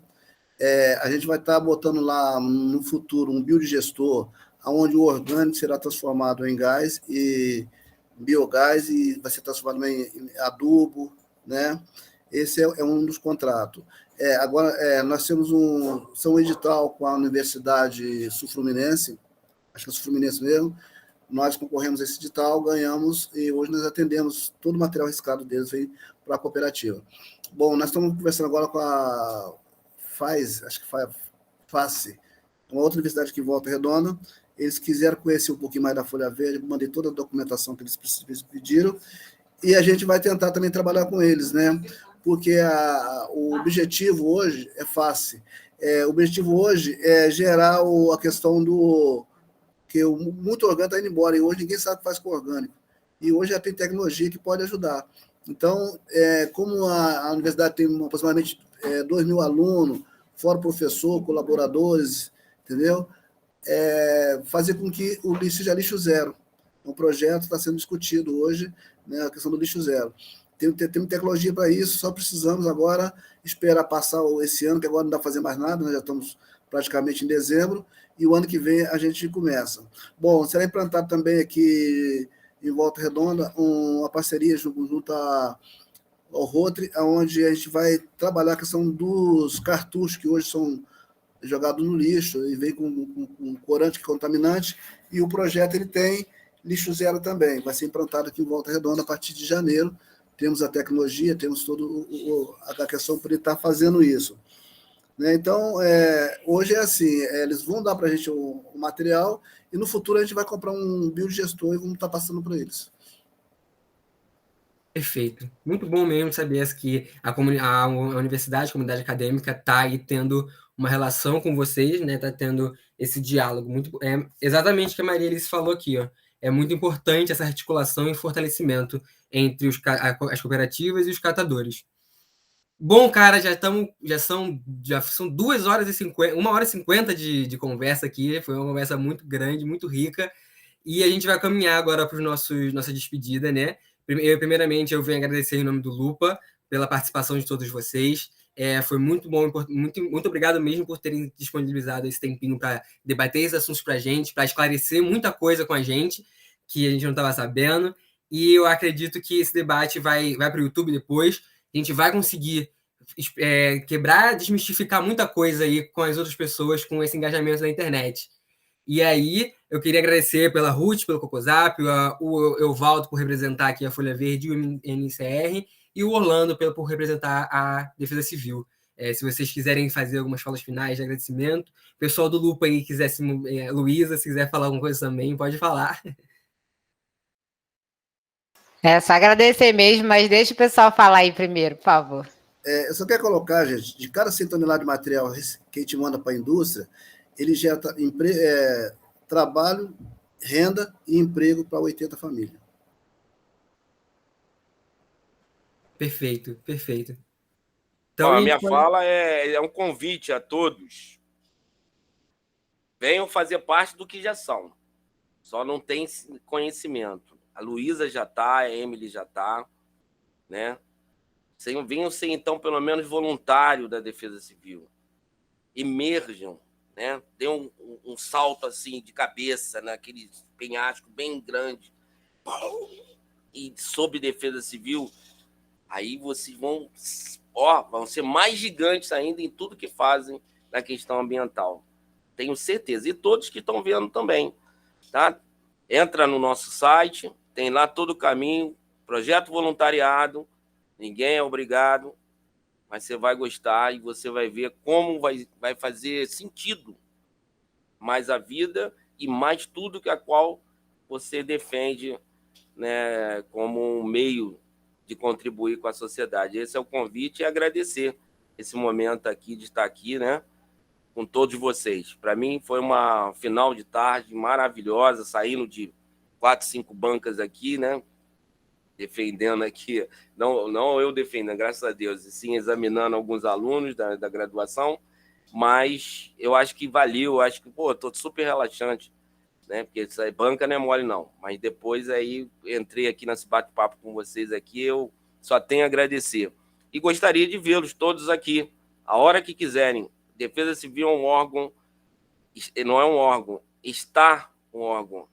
Ela é uma filosofia que é de portas abertas a toda a sociedade. É o único órgão mais próximo da sociedade que vocês possam imaginar, em todas as esferas, municipal, estadual e federal. Valeu? Muito obrigado aí, um bom final de tarde, uma boa noite para todos. Que Deus abençoe a vocês. Faço as palavras do Orlando as minhas, agradeço muito pelo espaço, é sempre muito legal estar aqui na Ambientável, já é a terceira vez, gente, eu estou no 10º período da higiene ambiental, já é a terceira vez falando no Ambientável, está passando tempo, mas eu sempre estou muito agradecida da gente ter esse espaço da higiene, ser um curso tão aberto para ouvir novas coisas, a gente está cada vez mais procurando coisas novas e cada vez mais saindo um pouco desse espaço aula, assim, para entender o que acontece no mundo de verdade, entender pessoas que realmente estão fazendo as coisas acontecerem. Eu acho que a gente está dando um show nisso, assim, né? E espero que a gente continue. Então, agradeço o espaço. Também convido vocês a conhecerem a Maré e conversar sobre saneamento da Maré e conversar sobre outros projetos da Maré. Sigam a página do Cocosap. A gente está sempre postando muita coisa lá. A gente tem site também. O Datalab também é uma organização que produz muita reportagem sobre favela, sobre periferia. Então, a gente tem um sitezinho também, tem Instagram. E é isso. Obrigada, gente.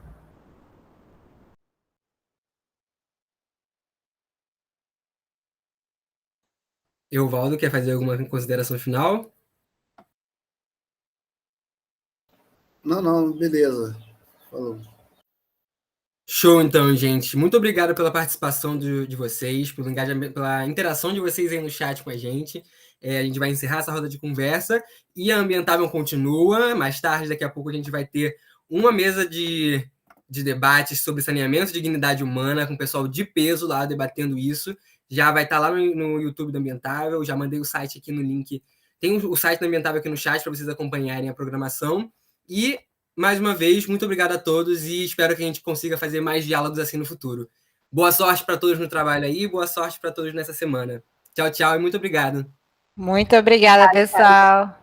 Ruth, você tem 5 minutinhos? Tem sim, vai falar. Vai aqui. Achei incrível o projeto. Ah, obrigada.